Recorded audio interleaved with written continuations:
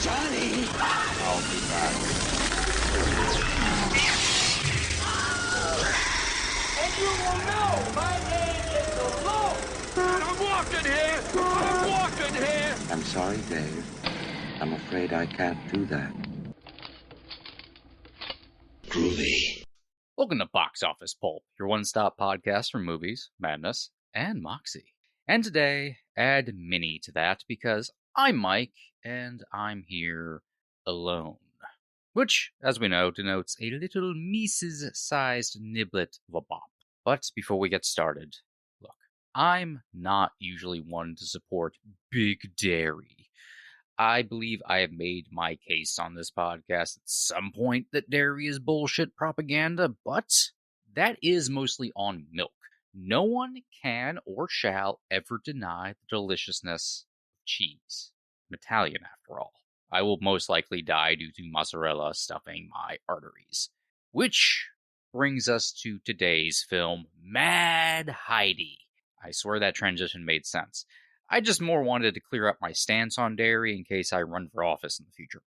So, this flick landed on many folks' radar after embarking on a really fascinating crowdfunding campaign a while back that, post-release, has really worked to put money back into the pockets of investors as well as the filmmakers.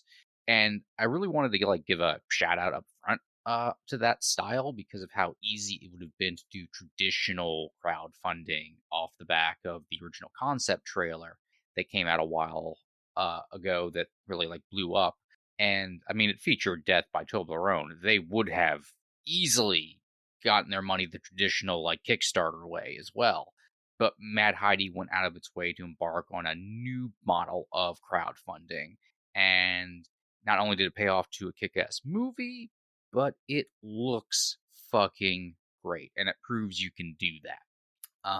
So going off of that, I was really expecting the style of a lot of these post-Grindhouse throwbacks, with a lot of filters used to up the grain level, which also kind of hides the lower budgets. A lot of green screen, more cartoony effects. Not that a lot of the effects aren't purposefully cartoony in the film, but not in the throwback cheapo sort of way. And I'm not talking down about those styles of Grindhouse. But honestly, this flick is kind of pretty beautiful. Great locations, great sets, great set building. Crisp sleekness, still down and dirty where it needs to be, and a lot of the practical effects, but it has the kind of production value and actual adaptation of the classic tale Heidi, which its parodying would have, which I think is part of the joke almost, either intentional or not, but really shows the love of the filmmakers in creating it.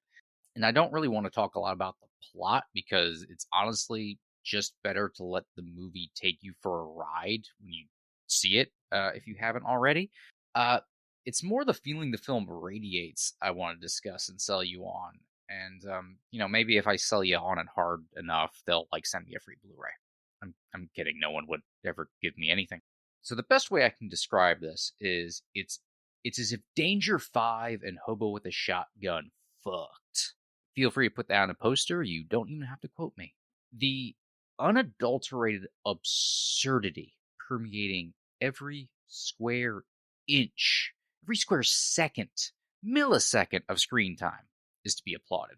It's going from parodying Grindhouse aesthetics, classic Swiss literature, politics somehow, while also featuring kung fu nuns.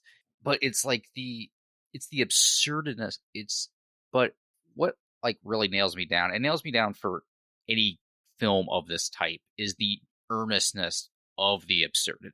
It reminds me a bit of Psycho Gorman or Turbo Kid in that way. More so Turbo Kid, because stuff like Gorman or Kung Fury, which I've seen it compared to, it's all very winky still. I think what I loved about Mad Heidi is even when someone is being tortured by having hot fondue poured over their head, or there's a propaganda film warning you of the dangers of lactose intolerance, nothing is treated like it's out of place, even in our reality, the reality of the viewer. Whereas in Kung Fury, yes, everything is treated as normal in their reality, which is the joke, but it's all with like a knowing nod of like turning to the audience and going, isn't this ridiculous? And that's great. But that's like a completely different style, and Mad Heidi's not going for that specific style. And mind you, it still has people's like heads exploding and a shower of gore. Pretty much like every cheese related joke imaginable. And it kind of like gets into Elsa, She Wolf of the SS, like women in prison style content for a little while, which is like aces. Oh, and a scene involving the illegal selling of goat cheese, which I have probably rewatched 8 times so far. So I don't know why that tickles me so much. It's the giant block of cheese being slammed down like it's a brick of cocaine. It gets me every single time. But like all of this absurdity is punctuated specifically by Casper Van Dien giving the most balls out performance. The accent he does is incredible. I love Casper Van Dien. I always have. He has never gotten the credits and due he's deserved as an actor. And specifically a versatile actor. Like, I look at him in this, being cheese Hitler, essentially, and marvel that Hollywood passed him up. Especially as anything other than, like, the square-jawed hero man, which he was always viewed as. And still the best Johnny Cage, by far. But, damn, you just look at him and, like, he could do all this. Like, he could be, like, this silly comedic actor. But he's not doing like a parody of himself. Like, it's a full performance. Like, it didn't have to be a named actor to make this joke work.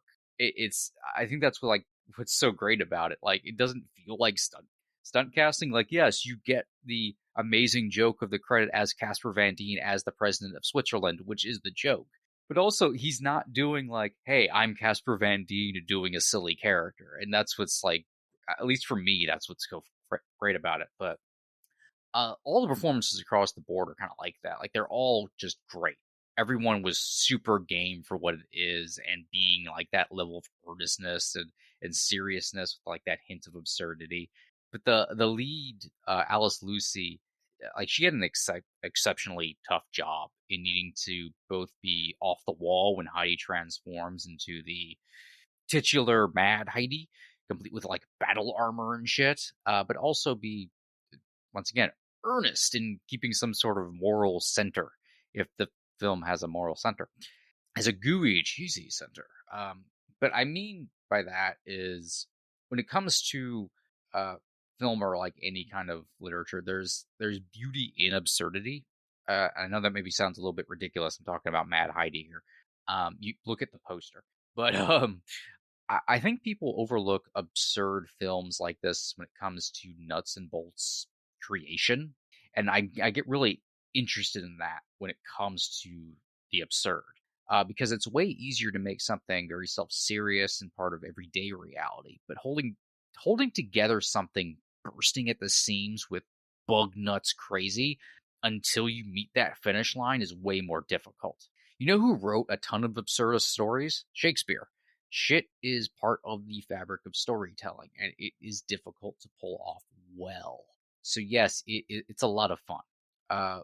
But things like the performance of Alice Lucy, able to really carry you through the movie with charisma and likability, and being able to want to see her rock out and get revenge, freeing the motherland from the tyranny of an evil cheese baron, is actually what makes the movie worth watching.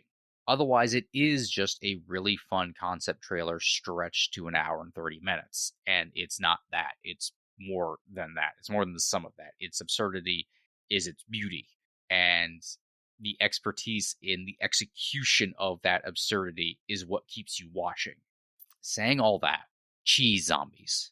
At least watch it for the cheese zombies. But anyway, since I don't really want to spoil any gags, and I don't think there is a single frame of this movie that doesn't have a gag of some kind, I shall bid you farewell, and that also keeps this to mini size. You can find me on social media at Lucky Duck Napier. You can find more Box Office Pulp at boxofficepulp.com, on Apple Podcasts, Spotify, Amazon Music, Audible, And a bunch of all the handy-dandy subscription links can be found at pod.link/boxofficepulp.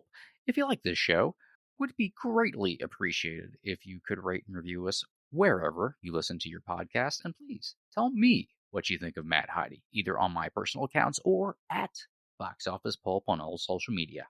And now I'm getting the hell out of here. This is Box Office Pulp Guy, and this has been a Pulp Podcast production.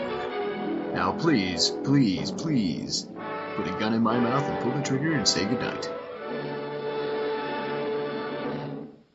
And now, on with the show.